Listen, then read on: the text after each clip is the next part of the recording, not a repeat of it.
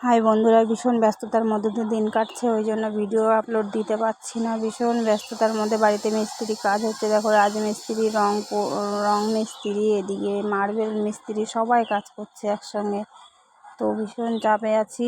বাড়িতে কাজ হলে বুঝতেই তো পারছো কীরকম ঝামেলা হয়। তাদের চা করে দেওয়া, তাদের টিফিন করে দেওয়া, বাড়িঘর নোংরা, ধুলো বালি, সারা জিনিসপত্র একদম আগোছালো, মানে ভালো লাগে না। ভীষণ চাপের মধ্যে রয়েছি, ওই জন্য ভিডিও দিতে পারছি না।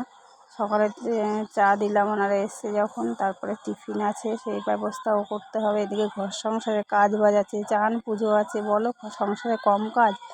যাই হোক, আজকে আবার একাদশী আছে, উপাস আছে। উপাস বলতে দুধ আর ফল খাবো, আদার্স কিছু খাবো না।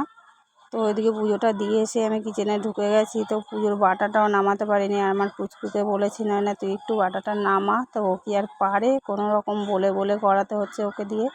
যেহেতু আমি এঁঠোর মধ্যে ঢুকে গেছি, ওই জন্য আর আমি ঠাকুরের সিংহাসনে বাটা ধরলাম না, মেয়েকে দিয়ে বাটাটা নামালাম। এদিকে আমিও রান্নাবান্না কমপ্লিট করে নিচ্ছি, কারণ 1টা বেজে যাচ্ছে, তাদের টিফিন দিতে হবে, আমার বাচ্চারাও খাবে।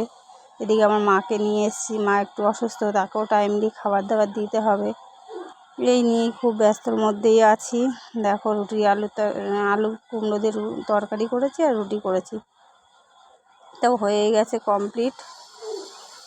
এখন টিফিনটা দিলেই হয়। প্রথমে ভাবলাম যে বাটিতে করে দেব, পরে আবার ভাবছি না, কুমড়ো আলুর তরকারি তো খুব একটা ঝোল ঝোল হয়নি, ওই জন্য বাটি বাদ দিলাম, রুটির পাশেই দিয়ে দিলাম।